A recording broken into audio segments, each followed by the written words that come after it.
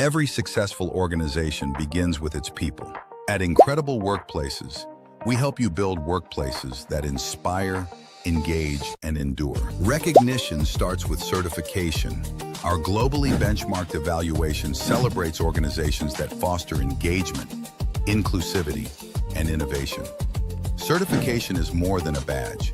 It's proof that your culture empowers people to excel. Through consulting, we partner with organizations to transform cultures, strengthen leadership, and build workplaces that adapt, innovate, and thrive. Your story deserves to be heard.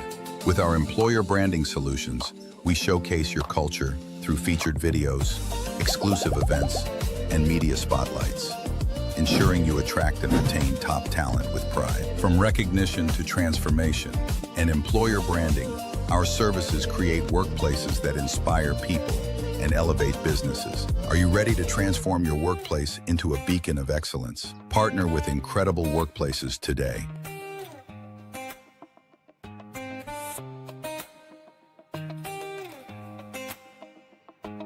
Thanks a lot, Incredible Workplace, for this recognition. Thank you.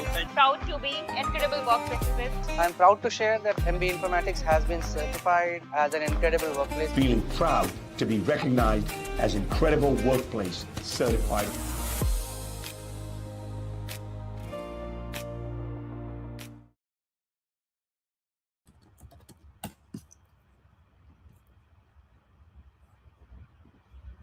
Good evening, everyone. A very warm welcome to each one of you joining us today and those who are going to watch this session later. I'm delighted to announce that Incredible Workplaces is now officially launched in UAE. This expansion is more than what we can think of, right? It is a strategic step into one of the most dynamic and future focused talent markets in the world. As we enter the Middle East, our commitment remains the same to partner with organizations in building workplaces rooted in trust, performance, and purpose. I'm Vibha Rawat, Vice President, People and Culture at Incredible Workplaces. With over 14 years of experience in HR leadership and talent transformation, I have had the privilege of working closely with leaders that shape cultures to empower people, strengthen capability, and create lasting impact. Today's conversation is both relevant and forward looking, which is engaging and leading Gen Zs and millennials. The UAE workplaces is a diverse, ambitious, and rapidly transformation as Gen Z and millennials take center stage in organization. The real leadership challenges is not just managing change, but redefining how we inspire, develop, and retain the next generation of talent. UAE is unlike any other talent market in the world. It is fast growing, highly diverse, and deeply ambitious. With over 200 nationalities working together, stronger nationalism mandates, rapid AI adoption, visionary leadership. The UAE workplace is a blend of tradition and innovation.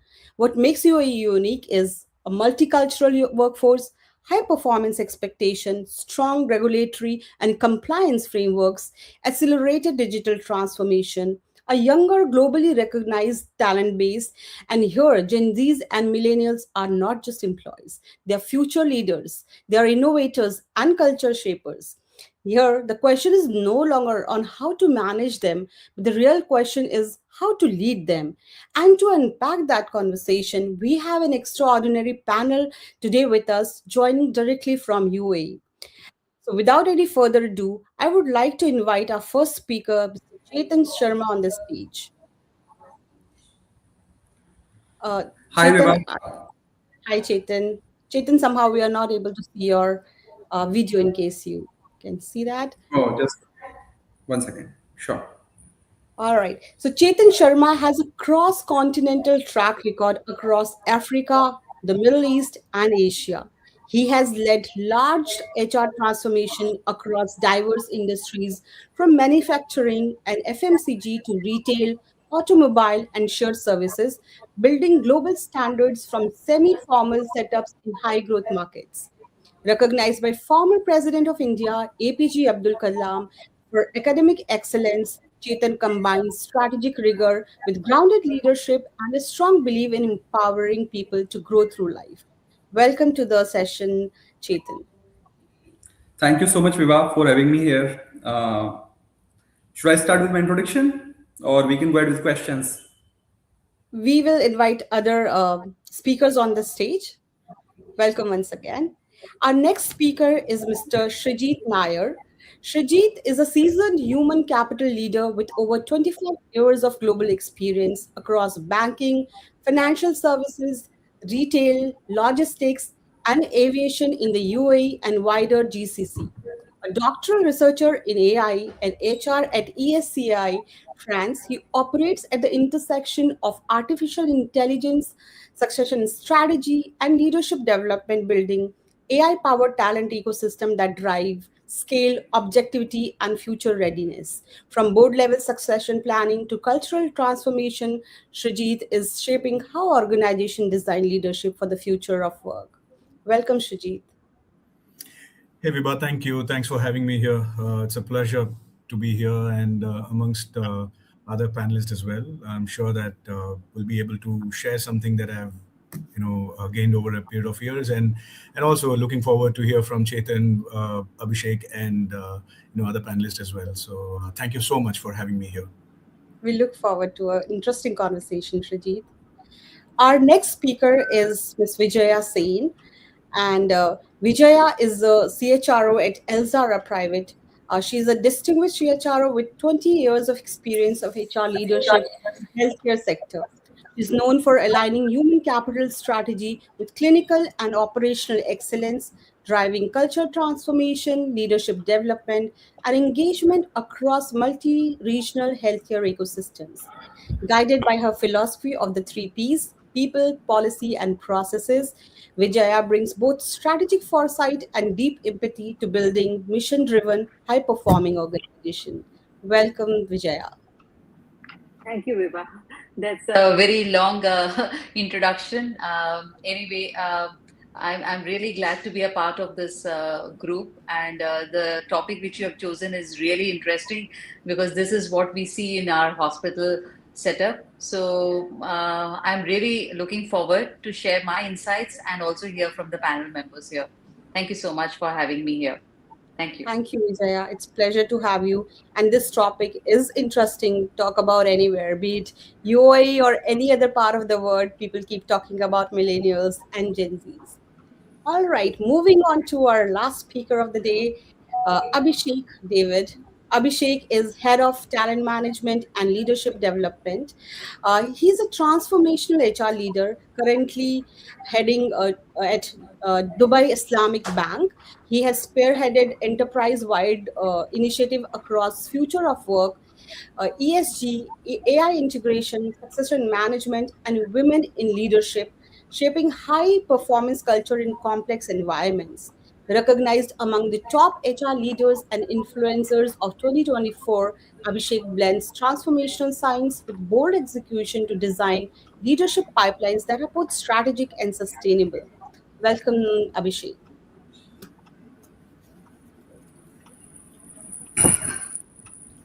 Abhishek, we can't hear you.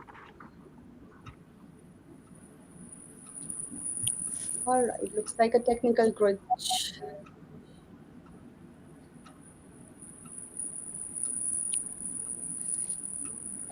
Um, Not yet, Abhishek. Maybe you want to rejoin? We're still unable to hear you.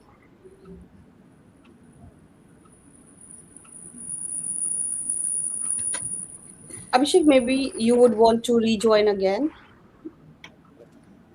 All right, great. Yes, I'll reach him again. Okay, Abhishek, we are able to hear you now. All right.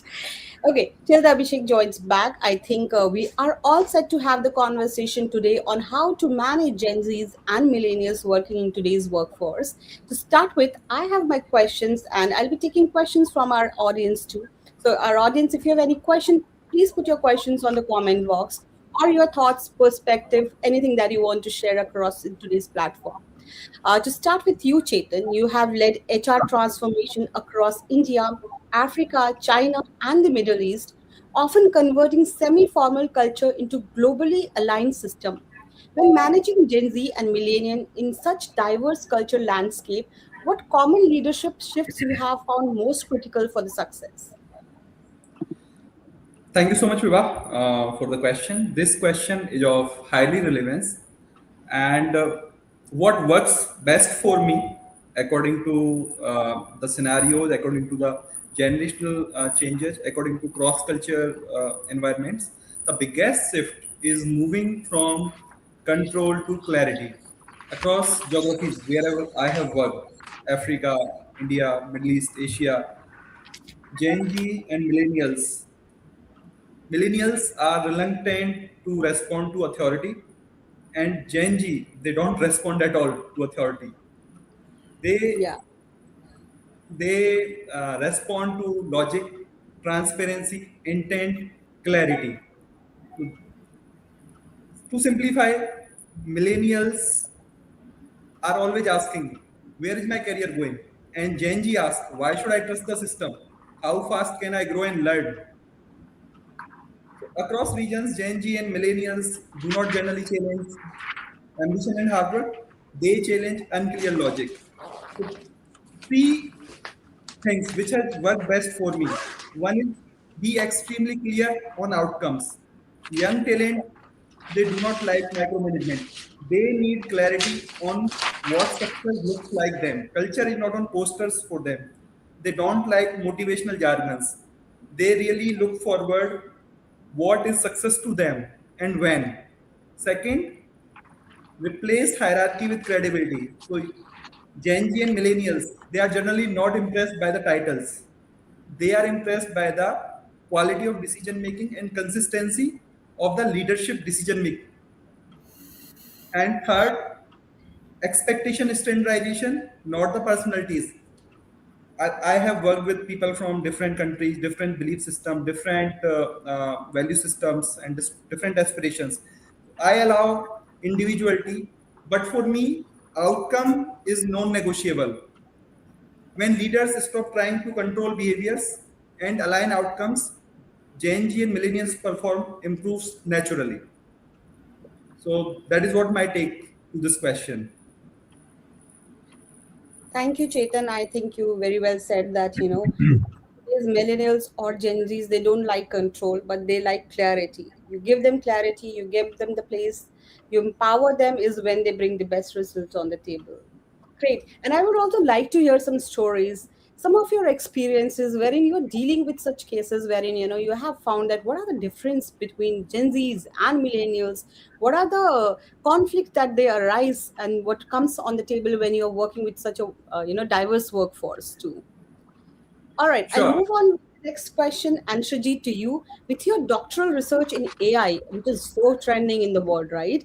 In AI and HR experience building AI powered HR agents, how do you see artificial intelligence reshaping the way we attract, engage, and retain our Gen Zs and millennial talent? Okay, so Vibha, first and foremost, the topic is amazing. I was very excited when you first reached out and you said about this topic. Like, so we don't have to really look out for various researchers or anything outside. All we have to do is घर पे झांके देखने से पता चल जाएगा. If you just go at and then look at our own house, because I have a niece who's a millennial and my daughter is a Gen Z. Every day we know how we kind of have to deal with them, right? So Yeah. so when we have to deal with them, our generation, I've turned 48 this year, and I know from the kind of generational shifts, last 3-4 shifts that we are having. But having said that, I want to kind of make a point. No, we are entering into one of the most fascinating moments in workforce history, and I'll tell you why. Why am I telling this? For decades we have been trying to group people across. We used to say people baby boomers or a Gen X, or we say people I think millennials, and now we call Gen Zs and all that, which was fairly okay. But until AI came in, you know what? If you'd carefully see right now, what's happening is the playing ground, the workforce is actually level playing ground at the moment, because we are talking about skills, and AI is like taking over the entire the workforce. So people who know AI and how can they make use of these skills that they have is actually blurring this age generational shift itself. So to me, when I'm looking at the people whom I'm working along, like you wanted me to share some real life, like I'm currently working with about 24 trainees now who have just joined us, and all of them are like these young guys who are just fresh graduate, pass out, who have moved into our organization. And guess what? All of them are thinking completely different, but yet if I have to talk to them about the AI skills, trust me, we always attribute that young people would always have embrace technology, and the old guys, they are not, and all that. No, in my organization, I can see, or maybe people who I'm talking to, there are people, the older people, the 45 plus people also are quick to lap up AI changes, but there are young guys who have no idea of what's exactly happening in AI. And I'll tell you with a lot of authority and certainties, because I'm also working as an acting professor in some colleges. When I go and then teach AI in colleges, I was shocked and surprised to see that many young children are still not completely immersed in the AI space, right? So they use ChatGPT for doing assignments. They do probably some content creation for their own Instagram, and that's it. And that's the relationship that they have with AI. But as you know, AI is even bigger. So to me, to answer your question, I think there is no generational divide with AI coming up. The playing ground is level right now. It's all about, even if you are a 70 plus, if you are able to learn the skill, you are good and employable. And if you're young and if you're not able to learn, I think soon things will be completely different. And we every day you are seeing news coming out and how the landscape is changing in terms of employment. Claude is an example for that, and I'm sure all of you would be knowing about what's exactly happening with Claude and how the workplace, the agent which they have come out with, it's actually bonkers right now. So so I would want to kind of sum up by saying that there is no generational shift, and things are blurring at the moment. So yeah, that's my take on this. Thank you, Shrijit, for sharing your perspective. I agree. We can see from our homes, and I can share my example.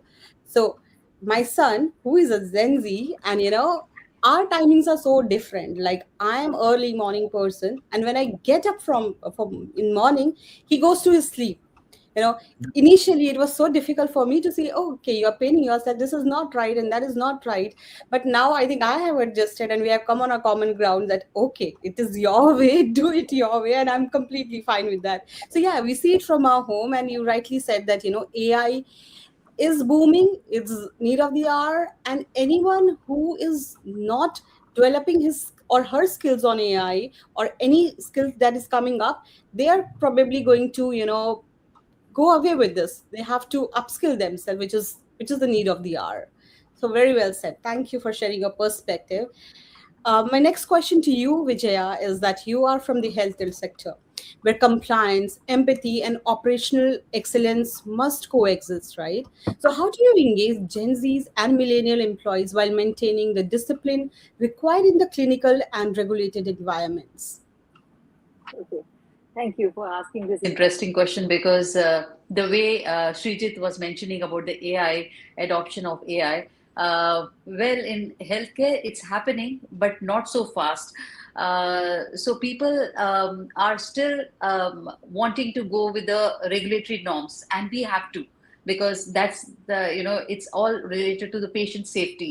So we cannot compromise on that. So regulatory requirements requires a lot of documentations and process controls and all. That's why I talk about 3 Ps, people, process, policies. So there is a meaning for everything, because people will sustain the system process will continue with the system, and policies are the protections. So you need all three of them.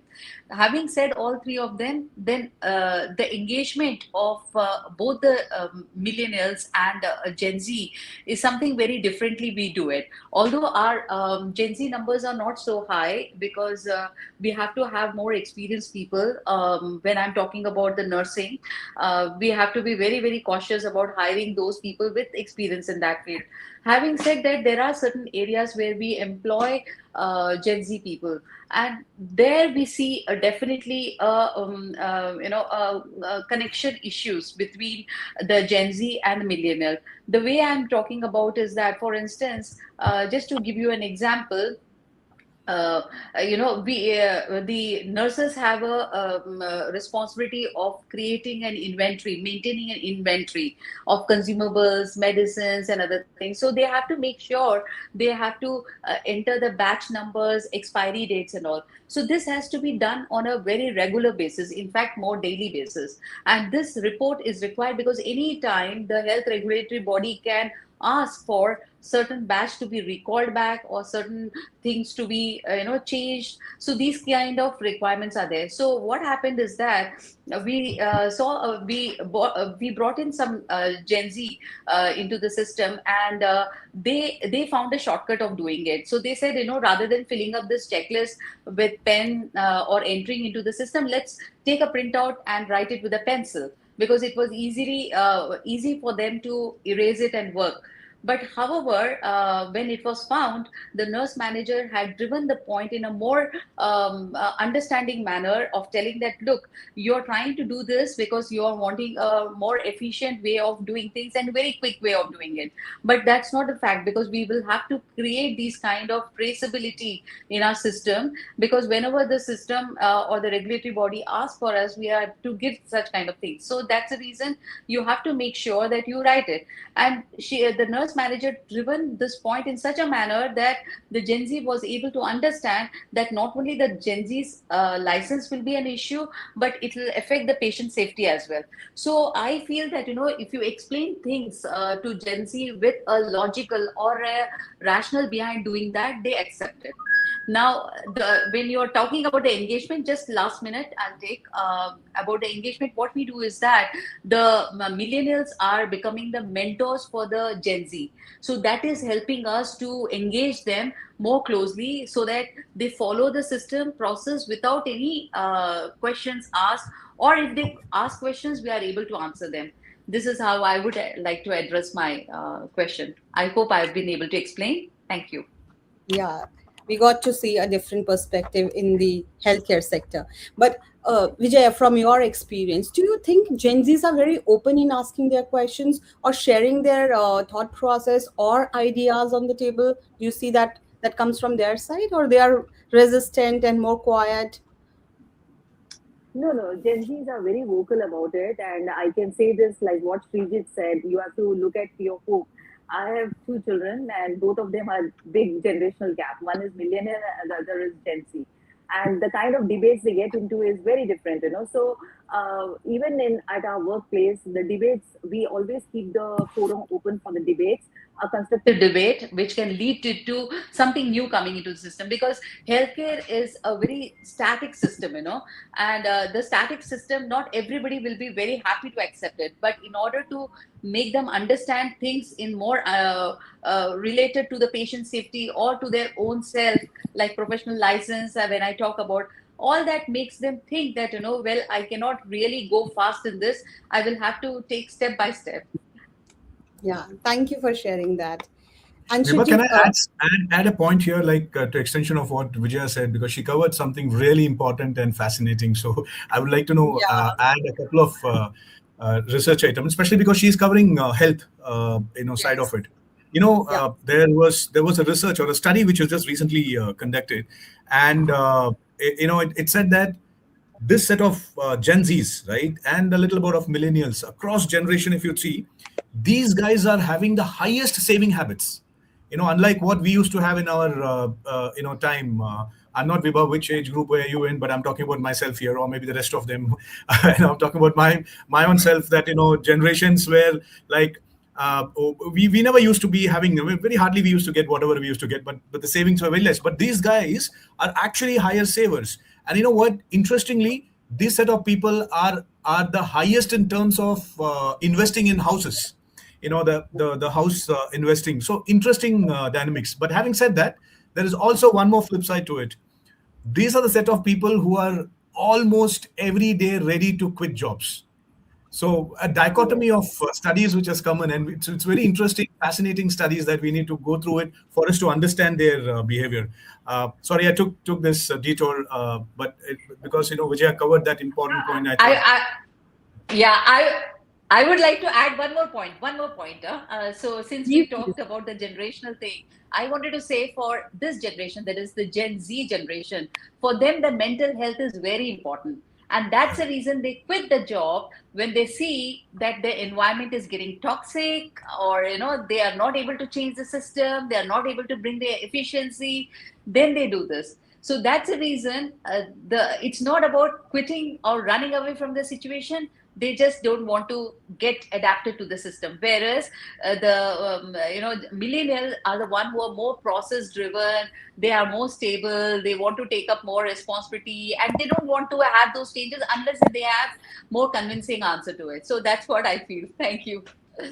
Very well said, and thank you for backing up with some studies, Shrijit. I think very interesting fact that where one of the side they are showing so much of stability in terms of investment, taking care of financial aspect, and other side they are very fragile on the workplace. Their mental has to be taken care of, their aspirations has to be met, and they're very very particular that they do not want to work in a certain set of organization. They want flexible, they want empowered stage for them to perform and work. Very well said, thank you. All right, moving on to the next speaker, which is Abhishek. So Abhishek, my question to you is that you have designed Hopefully, I'm audible this time. Yes, you are very much. So thank you for inviting me over. Thank you. It is nice to see Chetan, Vijaya, and Srijit in this conversation. I couldn't say in the beginning, and this is really relevant conversation apparently for this part of the world. I don't know about aging population wise countries like Japan and all might not require these conversation, but definitely this part of the world wherein we are on the Asian continent require more of such conversation because our younger populations are much more coming into the workforce. So very relevant conversation and relevant topic. Yeah, Vibha, go ahead with your question. Absolutely. And you rightly said, Abhishek, this is something wherever we go, wherever we meet HR leaders or business leader, everybody wants to talk on this. Everybody has their take. Everybody experienced something or other, and they want a solution or, practices that different organizations are following. And to you, my question, Abhishek, is that you have designed succession frameworks, executive development journeys for critical leadership roles, with Gen Zs and millennials aspiring to be in a leadership role much earlier in their careers, right? They do not want to wait for years to be on that seat there. How should organization rethink of succession planning to balance readiness, capability, and ambition? So, from succession perspective, what has been changing, and I think a lot of us here in this panel would also agree, is that we are moving away with an approach which used to happen, which is more role based. We used to do succession always very role based. We used to look at roles, we used to find who are the successors, and then we used to develop them, right? So what has been happening over the course of time, and as the things are changing, is that the role, by the time your successor will be ready for the role, your role has changed, right? Yes. So organizationally, and I take the organization part of the conversation here, is that should we look at more role based succession, or should we look at more capability or skill based succession, right? So that's where the shift is happening when it is about the concept of succession. um, Organizations are looking toward future skills, and how these future skills are looking at in terms of distribution in the organization. There is a large scale agreement amongst the talent expert wherein that we should focus more on future skills and skill concentration to be bringing in the organization. And hence, whether it is whichever age, whether it is Gen Z, whether it is millennial, where do you find those capabilities? Where do you find those skill sets? That needs to be looked at when we do succession. So we're not just looking more internally when we find successors, but we are looking more externally, and now even across industries. So maybe a bank would be able to hire from a healthcare or from any other industry. So there's cross pollination happening from across the industry, from across the functional sectors, to bring in resources to find right successors. There's one more thing which has been changing from the succession perspective, that it is not it is no more about fast tracking anymore. It is about fast experimenting, right? So how the organizations are ready to experiment it by bringing young talent into some of those roles and experimenting, so that it is not just title driven, right? It is more like capability driven, uh, which we in our research terms, which we call it dynamic capabilities, and how the organizations are looking towards building these dynamic capabilities through the right resources, through the right capability mix, through the right skill set mix, which will be required not just for now, but even 5 to 10 years down the line. So there's a very shorter cycle of succession nowadays happening, not those ready now, ready soon, ready later, and trust me, over the course of time, those will also change. So we were looking at talent marketplaces, right, wherein we bring skill set individuals and find the right set of talent. Now the talent marketplace has expanded industry, expanded the talent pool, and it has become more than a talent marketplace. It has become a capability marketplace. So this is what we will be looking at shifting over the course of time. Yeah, very well said. And Abhishek, have you ever came across a case wherein you have a billionaire or say Gen Z who is looking for a faster career progression, right? They have high aspiration and they just want to go to next level very soon.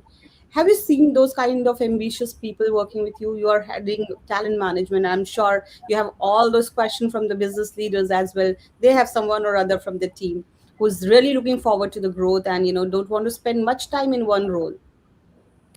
So we have had those experiences. I think Vijaya, Chetan, and Srijit will also agree that as this part of the world also deals with a lot of nationalization related target, primarily as a bank, we have a larger targets to achieve, and not just to depute or to have talent, the Emirati talent, in terms of numbers, but also in terms of levels, right? So at certain point in time, you get ready resources in the market to be deployed at the right level, or at certain point in time, you don't get those ready resources. And we had we have had an I have had an opportunity to work with Srijit to create something which we call it transition program, and Srijit is laughing there, which is like, people I'm coming from smiling, not outside now. laughing.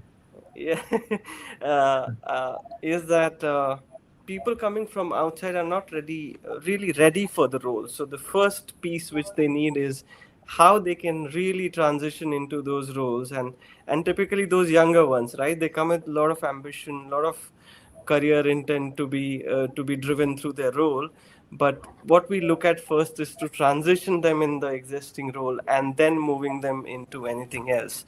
So we, as an organization, we're working towards a lot of challenges, but one of the solutions which we implemented was this, to introduce something called a transition program for a lot of experts which are coming from across industry or very young talent, not having enough capability to do the job.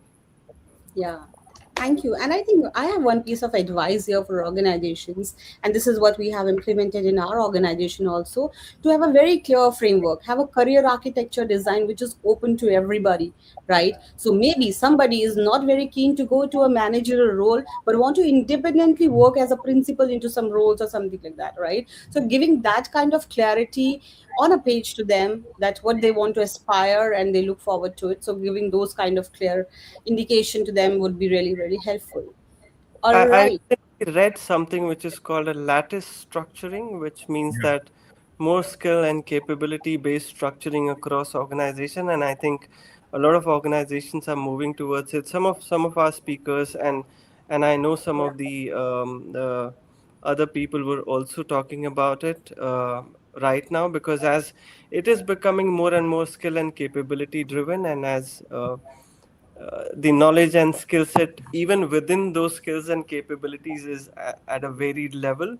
Yeah. There is something which is more evolving right now is a lattice structure. So I think very interesting for HR professionals to go back and read how things are evolving around that from a OD perspective, design perspective.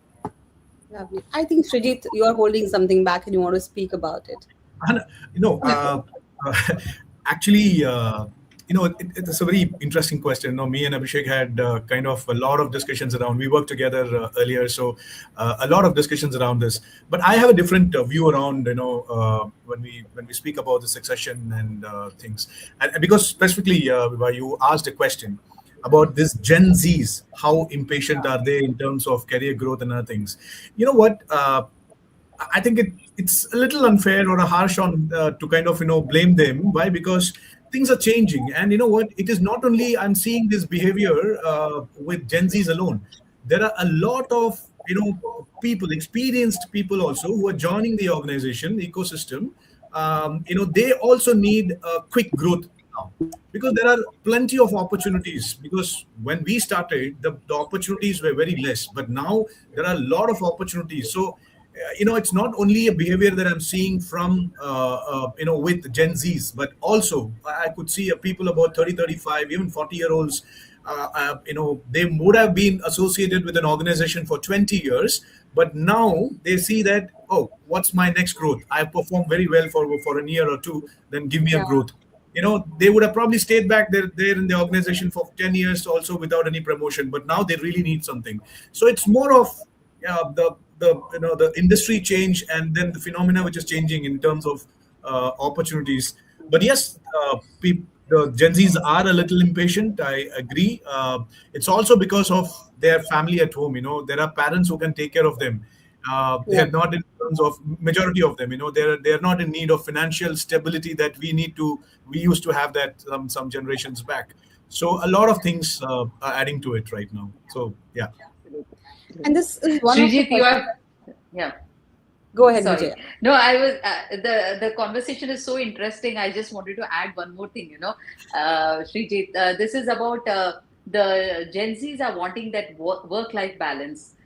Because as you mentioned about that, unlike us, our generation, they don't have to take care of their finances because their parents have done well and there is a good one for them to start it. So for them, they want a work-life balance. So they will give what you have to at the work, and then they will go back. So they have other engagements, and their engagements are super duper. They are very busy on so many things. Whether you talk about outdoor sports or any entertainment, they are everywhere. And they want to really use that this is my time and I want to really explore all possibilities I can. I want to use my potential to the best. That's why they are quite demanding at work also, that they want this, they want that. It's not that they want it, it's also the environment has created that kind of thing for them. So in healthcare, our numbers are less, but whatever numbers we have, we try to give them. And like just now, Abhishek was also mentioning about the emiratisation. So for healthcare, for us, we are the largest, employment providers for healthcare, because all our numbers are skilled workers. So in order to have the skilled workers, you will have to have an equal number of percentage of skilled workers. So that is why we are I think there sorry, is I some. think there was buffering happening. So Yeah, so the emiratization numbers are something which we will have to meet, but then we don't have anything called transition, but we do. Millennial are becoming the mentors for these Emiratis who are coming on board. So that is a way of structuring which we have done in our hospital to make sure that they stay tuned with the work, and they learn more at work. Thank you. Thank you, Vijaya. And this question is for all of you, and please share your insights, inputs on this.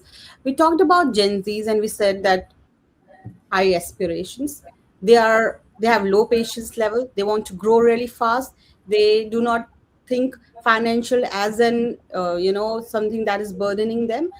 With this, there is a lot of burnout also happening to them. And we talked about wellness, mental wellness, right? How do you see this happening in your organizations? What are some of the advice that you would want to give the organization, and how should they prioritize this mental well-being and of their people?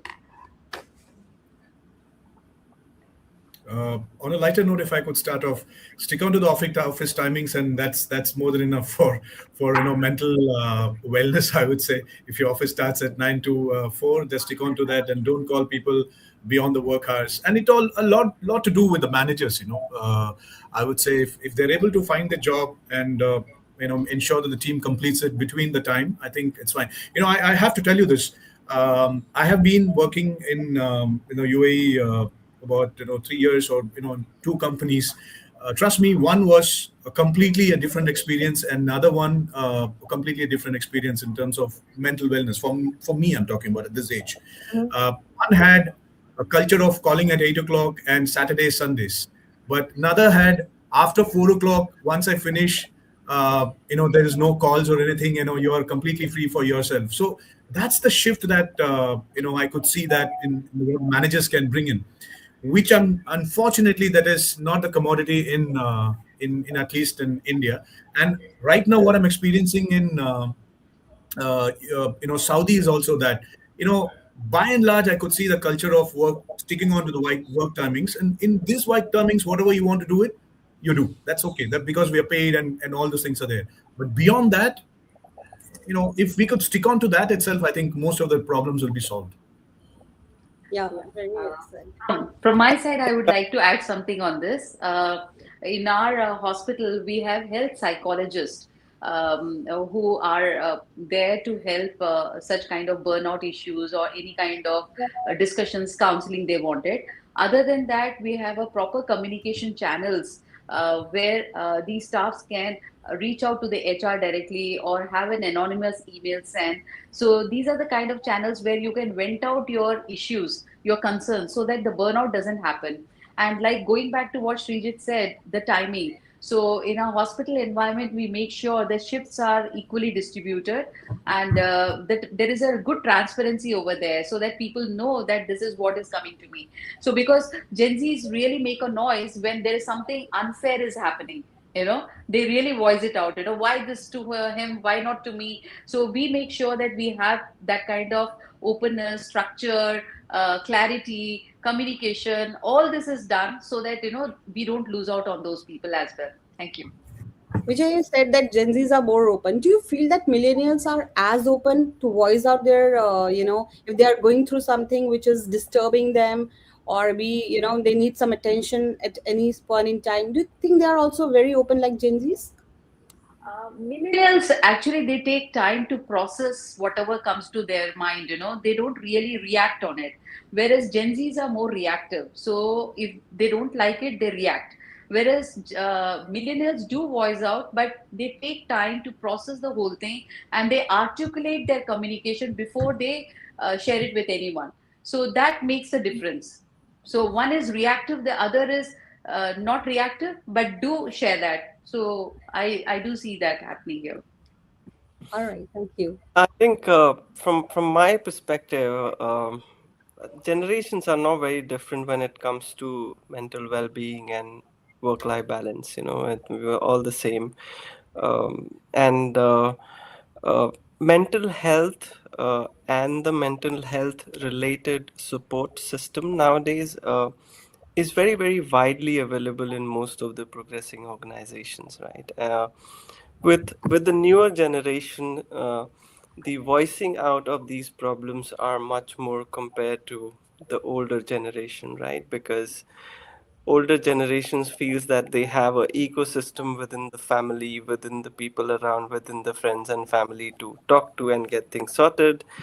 uh, the younger the generation, they would not want to talk to their mom and dad, and we all know that how much our kids, as they will grow up through their lives, will talk to us over the course of time, and we'll see that that has been reducing, and hence maybe they need to talk to someone outsider to get all of this support. So I think I feel it is generational that they do not want to seek internal support system to help for their mental health, rather seeking external. So yeah, just overhyped. You know what, Abhishek, the point that you made, I'm so sorry, Vibha. I know it's a very important point, and therefore I want to mention here. There are organizations where we have seen people reaching out for this internal consultation. This information is there, and I have instances where it has been used against the Yeah. person, because there are employees who have complained about depression, right? Now the people who diagnosed it, they report to the HR, and the HR has taken action, because then they're attributing this to productivity and then outcome and all this host of things. And after about a year, I could see that there was a clear isolation of the person, and then was given a lesser role, and all those things happened, and the person's depression actually multiplied because of this. So I could see that people resist going internally, like what Eddie said right now. So organization also should be very responsible in treating this at most confidentiality, and the HR should not actually take out this information for, I don't know, whatever use it is. So I'm a HR fraternity, from the fraternity, but I think it's our responsibility to ensure that this remains anonymous and confidential. Absolutely. Absolutely. I think that's one of the most important points. If this information is being bring to, on the table as a productivity, then of course, I think nobody would want to go to seek any help from the organization rather. All right. Chetan, anything that you want to share on And this one point? more thing to mental well-being, that is sense of job security. So in mostly in semi-formal organizations, still I say it loudly, still we are not able to create sense of job security, a respected culture. And when someone is performing, we give them multiple heads, and we expect ambitious, multiple goals, outcomes, deliverables from them. And what is happening in semi-formalization?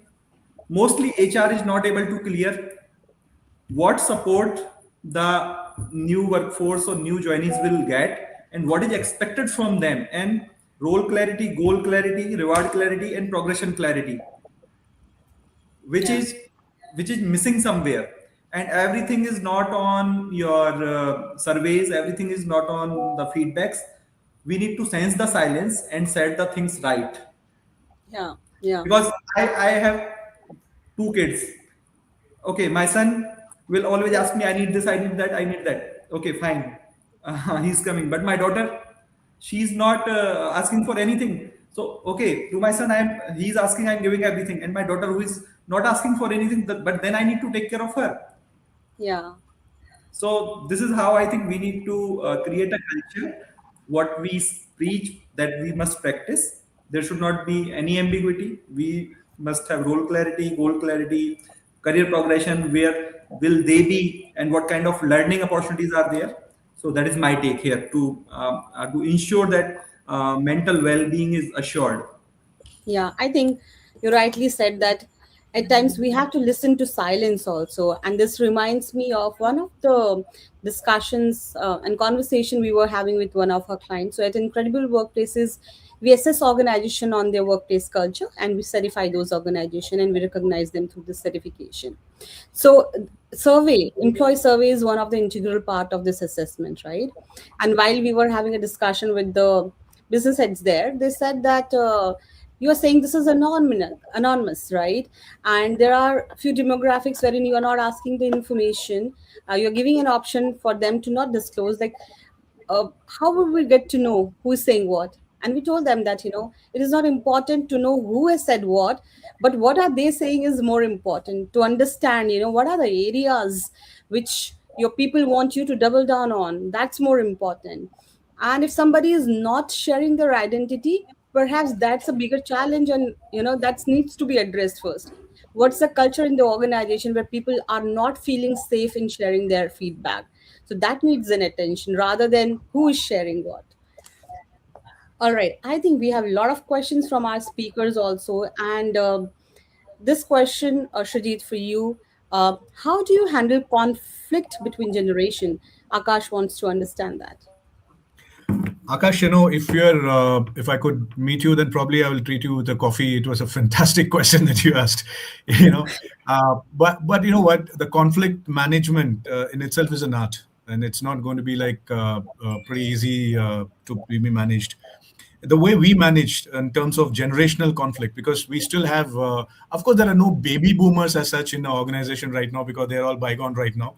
But there are Gen X people who are on the verge of getting retired in their 55s to 60. In the organizations today, if you'd see, most of the organizations, I'm not talking about the modern startup organizations, which you have the young CEOs, who have taken over, Gen Zs basically, and millennials who have taken over as the CEOs. But yet, a medium-sized organization, the CEOs and the chiefs, most of them would be there in the 50 plus, 50 to 55 years. So if you see, there is a huge generation, and these set of people have to manage the younger generation of people who are coming in, which is Gen Zs. So typically, the parental problem happens there also. Which means that what's happening back home with us is exactly happening there. Um the conflict management as such, we have no, if I would be like blatantly lying in some HRish gibberish words by saying that we have this strategy to overcome this conflict between these two generations. No, but what we do is we actually get our senior leaders to understand how this set of people actually behave. And very recently, we had this covered in one of the leadership development programs. One module got covered to train these people on how this generation, thinks. You know what? The trainer it was very easy for her to kind of do this entire activity because the talk was done by the CEOs themselves. Why? Because I mean, all of these guys are experienced because they all have the Gen Zs at home. So they were saying that, okay, this is how it happens, and we manage this. My kids like this and all that. So we just have to bring them into a conversation how the generation thinks. Most of the conflicts, gets managed there itself. So that's how we have done it. But we need to do a lot of work around in terms of making the communication healthy between these two generations. But thanks for asking this question. It's an important one. Great. Thanks, Akash. I think you have got the answer for your question. All right. My next question to maybe Abhishek. How do you think that do younger employees prefer micro learning over traditional training? What's your thought on that? I think younger generation need more experimental learning. Um, I do believe micro learning is very easy, and nowadays everyone has a GPT access or any other AI based tool access that you can get a simpler definition, a simpler step process. But I think more younger employees, they need more experimental experiential learning, that give them the actual problem, ask them to solve it, come back with a solution, and how do they gonna do it. I think this is more experimental, and I was doing a course, I remember, with Harvard week before last, which primarily was teaching the professors that how do you do case study teaching in the classroom using AI. So they were teaching professors that how can you promote use of AI in solving case study problems and all of that in the classroom. I think academia as well is preparing on that front. That how can they make it more experimental? How can Yeah. they utilize the new technology and skill set? And in the organizations as well, we use more of an experimental based work, which is more in demand with the younger employees. Yeah. There is one of a LinkedIn user who had dropped a comment saying that provide support, hold hand like friends, protect as guardian for handling conflicts. Very well said. I think that's the kind of kind of support that we need. And we were going through a video, and if you are on if you are following Incredible Workplaces, there is a short video which shows that there is a girl who has an artificial leg, and in a kindergarten, and she showed up there, right? People may at times feel awkward about that kind of a situation, but she showed up, and the kind of experience she received from her friends was great. Like, everybody welcomed her, and when she found that kind of a support from the friends, she was just running around.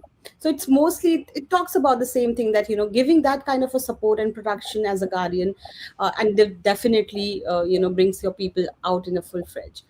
All right. And Vijaya, I really wanted to talk about your three Ps. You spoke about them, and I wanted to know that these three Ps, which is people, policy, and processes, when it comes to younger generations, which of these requires the most rethinking today, and why? The rethinking, no doubt, the process requires, because process is always evolving, and there is nothing like this is a standard way you have to do it.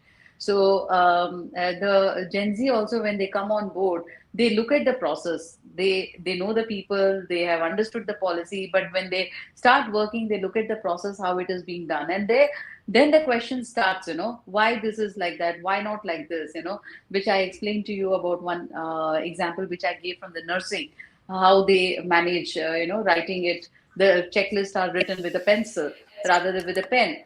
So same way, in fact, in my department also, I have both, Gen Z as well as Millennial.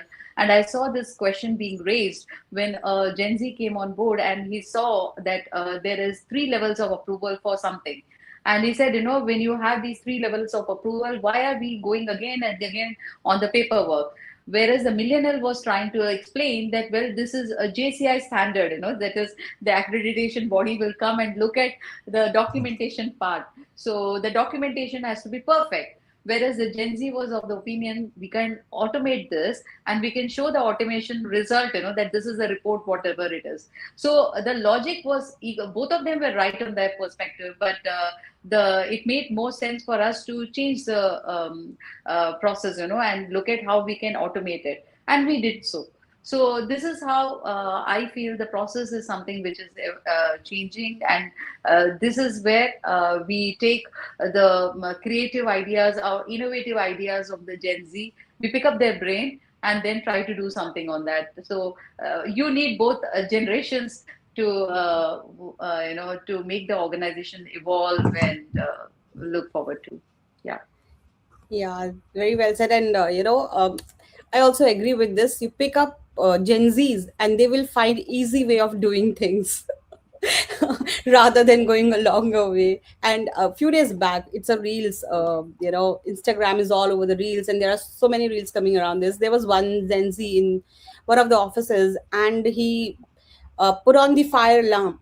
Right, everyone is all around, and somebody asked that, "Why did you do this? This is not to be used like, go anytime and pick on that." So he said, most of the things that has to happen when there is a fire alarm is not working in this office. I was just trying, and I was just checking out if it's happening properly or not. So there are a lot of things that are not happening as they were supposed to be, so you need to check them. So he did differently, but yeah, he did something that was right. So they have their own style. They are curiosity. They are curious. Yeah, they're they are very curious. curious. Basically, they are very curious about things, of experimenting. And that's Yeah. how Abhishek also meant, that experiential learning makes a lot of difference for Gen Z. Yeah, maybe a millennial will have a different way of checking it, but Gen Zs are very different. They have their own style. All right. We are very close to closing this session, and I think I'll take 5 more minutes. But I wanted to understand, while reading about UAE, I got to know there are 200 nationalities who are working in UAE. So you might have an experience of working with quite diverse workforce, people working from different countries and regions with you. Do you feel that Gen Zs are same everywhere, or this is different in continent to continent, or countries? Like, how does it happen? What are your thoughts? Maybe Srijit, we can start with you, and then So, Vibha, Gen Zs are Gen Zs. There, they Gen Zs or anything is they are defined by by the entire outlook, right? So there is some science behind kind of making this demography in terms of age and other things. So across the world, at least in my experience, and I would leave to other panelists to kind of share their views, but what I have seen is exactly the same. Back home, my kids behave whatever she is behaving exactly how, in Saudi, a 21-year-old, 22-year-old kid who is coming to the office is behaving the same. Their outlook is the same. The expectations is the same. So there is no difference in this any demography, I would say. It's important, therefore, for people like us to understand them. They are not going to understand us because, we've been talking about it, that they are impatient, and if they are not happy with you, they will leave because they have opportunities. And then as Vijaya said, the mental well-being is more important for them. You are not a great boss. I mean, good luck to you, and let me go on and find some good boss around. So it's more important for us to kind of change, like what we normally do as parenting. Also, we adapt to the kids. The kids don't adapt to us, right? At least now in this generation, we adapt to the kids. And we understand them very well. I still remember my father never used to talk to me and then understand why I scored less marks. Straight away, he used to take up a certain thing and then treat me that way. But now I have to ask, how the study is going, and then what I can do, and to kind of help you out. And those kind of feedback mechanism works here, even in office. What we have to do with them is not to reprimand them or charge them with consequences. I have to speak to them. So no more reactive feedbacks. It has to be more proactive, forward-looking feedbacks really helps them. So in just to give you a summary of my the thought around this, I didn't see any change. Everywhere they are the same. They are the same. Great. Okay, I want to take your permission because we are over the time. We are 1 minute above the time. Are you okay if we extend this by 15 more minutes? Because there are some questions from the audience coming in. If you have time and we have your permission. To my speakers, are you okay? Great. All right, then. So quickly, anybody want to put any thought on what Srijit said? Are Gen Zs and millennials same across all the continents and countries around the world? Okay. Or somebody else to add in here. Yes, Mhm. I would like to. I have something different to share with you because we have close to 80 nationalities working in our hospital, and I won't say majority, but many of them belong to a different religious side. So when they come, their upbringings are different. They are coming from Arab countries, and of course the Asian countries like India, Pakistan, and all. So when we see these people, and then we have some UK trained or UK British national people also who are working as nurses. Because nurses, I'm giving you example because they are the largest workforce in hospital. So the Gen Zs, they don't really react in that way because I feel that it also goes to their family upbringing, how they have been brought, whether they are so vocal, although they are very educated and they know their job, but they are not reactive. They will do something and then we will get to know about it. And there are people who are very vocal about it. So I feel that it also goes to the family background from where they are coming. So my take would be that it differs. It doesn't really mean Gen Z all across the globe they are same. Their reactions are different because they are coming from a different regions, different family backgrounds. Their upbringings are different. That also makes a difference. I see that. Yeah.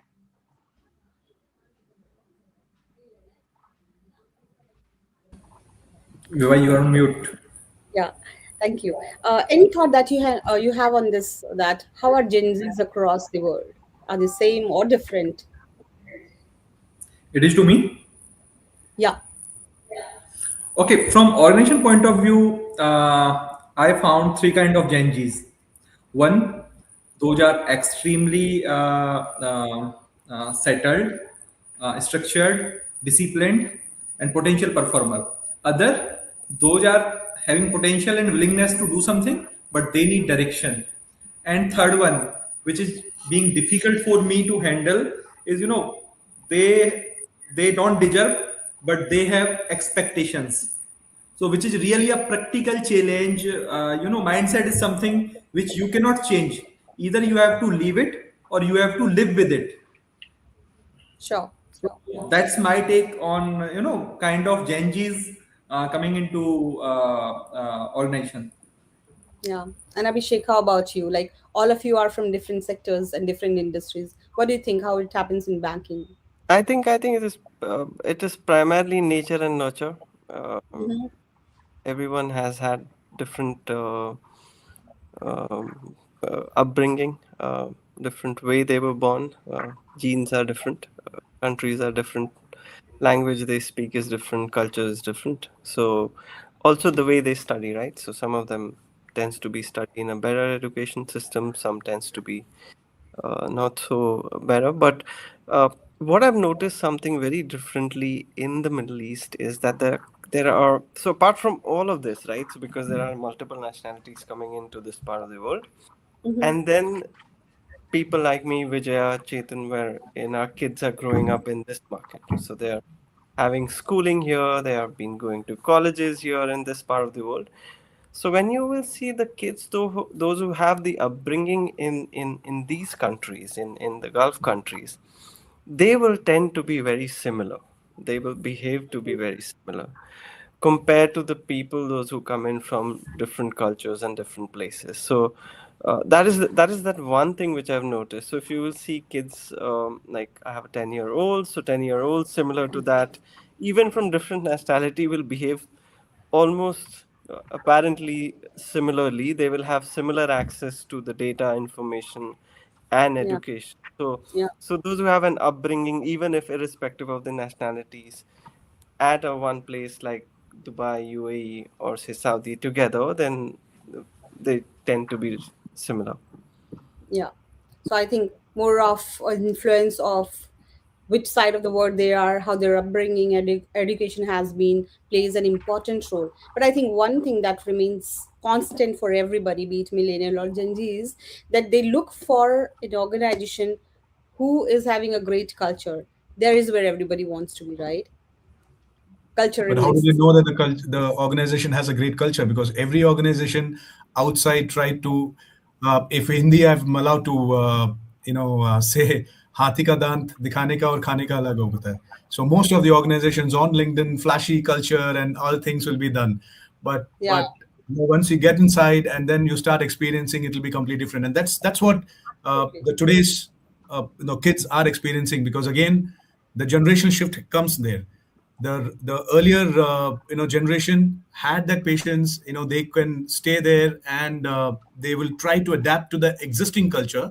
But the kids who are coming into the organization, once they see that it's not matching to what they really need, Hmm. what was promised to them and what they really need, they just decide to move on, like their mental Yeah, thing. So, yeah. absolutely. Culture is something that you will feel once you join the organization But because added with generation, it is slightly different. So like, Yeah. I'm slightly older compared to Gen Z and millennials in that way. So when I look for a culture, like I give an interview, I look for an organization or similar age of mine, we will look for that one or two things which is my current need, and I will see that if that need is catered by the organization and the culture promotes that, the culture looks after those needs primarily. When the Gen Z and the millennials will look at a culture, relationship and purpose and values alignment and all of that with the organization, they will look yeah, at it uh, in multiples. So they will not just look at what is required now, maybe what is required tomorrow. And as if their need changes, as they join the organization, if their need has changed, their values have changed, they moved into a different set of life stage, they will switch the organization. They would not wait. They would not yeah. wait for the organization to adapt to, or they would not adapt to.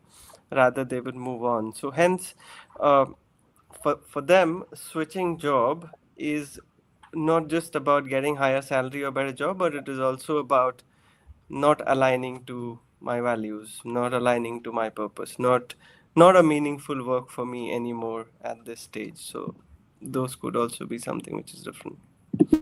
I completely agree with that. And I would say that, when I talk to many CHROs and HR heads from different industries and sector, and I have been working into e-commerce, IT, and now consulting and all. So I feel myself blessed that I have been working with the organization who were having great work cultures, have been working with some great leaders. But when I hear from others and they tell me their experiences and the work culture, their story is completely different, and I think they're some other part of the world. So every I would say organization have a different culture, and that's where we at Incredible Workplaces are here with a vision of helping organization build that kind of a culture where they're both people and business are thriving.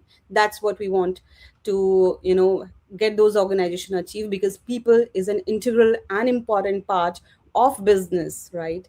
They are the one who brings the revenue. So, and I think every business leader and CEO understand how important it is to have people, and for getting them in the organization and staying them for a longer time, culture is something that they really need to focus into. All right, I have some more questions, and Shrijit, I think this is about AI, and I would like to pass on this to you. Shubhadeep Roy asked that when AI becomes a daily collaborator, what becomes a true competitive advantage, human experience or human adaptability? I think both. So it is not about one; it has to be both, because your adaptability is the most important part when it comes to UI. I mean, yeah, adoption rate. So, and then collaboration as well, because it is very interesting research again has come, and your collaboration is now moving from a human collaboration to AI agent collaboration. So you need to actually learn this your collaborative skills from how you used to collaborate with humans with a set of AI agents now. So therefore, I was saying that this has to be both, and therefore, all the luminaries of AI, they just say that there are only three, four, skills which is most important and will be relevant is the human skills. The rest, all things can be managed by AI today. So the collaboration is, of course, you got it's a human skill, and then your uh, what's the other one you said?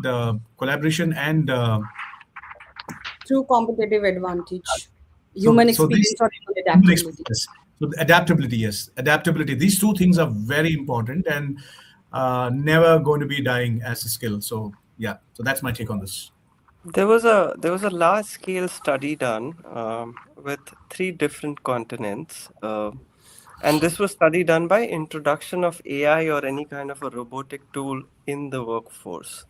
So what they did was they did the Big Five personality assessment for a large scale, like three different places. So this was done one of the Asian countries. This was done in US, and this was also done in Australia. In one of the Asian countries, wherein what they did was they introduced a robot in place of humans to do certain job in an hotel, and what they did was they did a personality analysis of Big Five done for a certain set of people. They did the similar study in US. What they did was a particular online job. They automated certain segment of it for the employees, and they did a Big Five around this. They did a similar study in Australia wherein they introduced another tool in a hospital, apparently, basically to automate certain processes of patient management. And they did another Big Five for those set of employees. What they found was very interestingly that there is something in Big Five which is conscientiousness, right? Very interestingly, they found that wherever the employee's conscientiousness was high, that means I want to contribute more, I want to do more. Uh, the productivity seems to be not showing up with the machine coming into, with the AI coming into. Wherever the conscientiousness was little medium to low, the employees were able to adapt to that and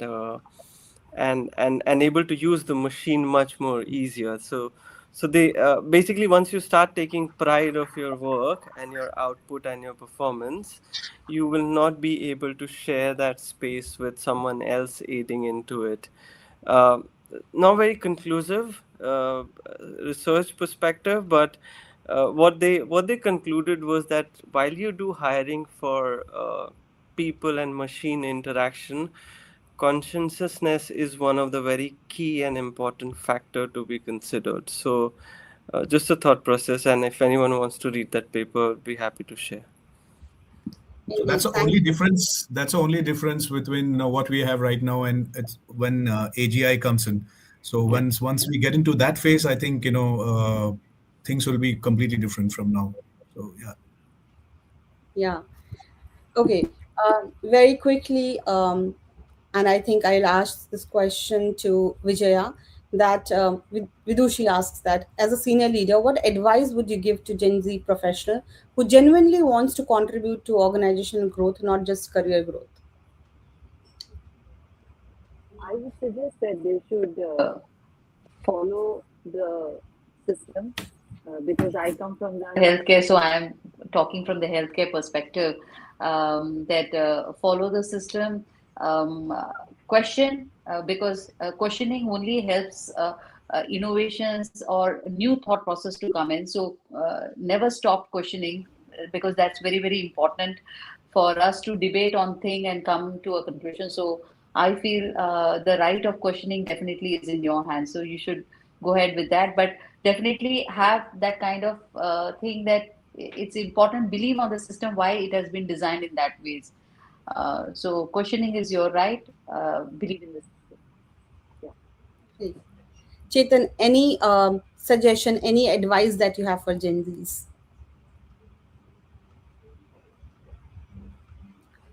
Somehow we are not able to hear you, Chetan. Sorry. Flexibility.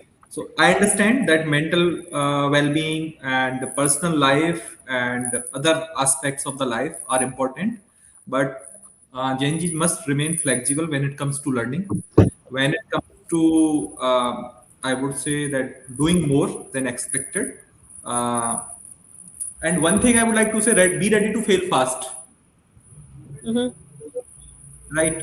So that is all my piece of advice to Gen Zs. Srijit, any advice from your side for Gen Zs?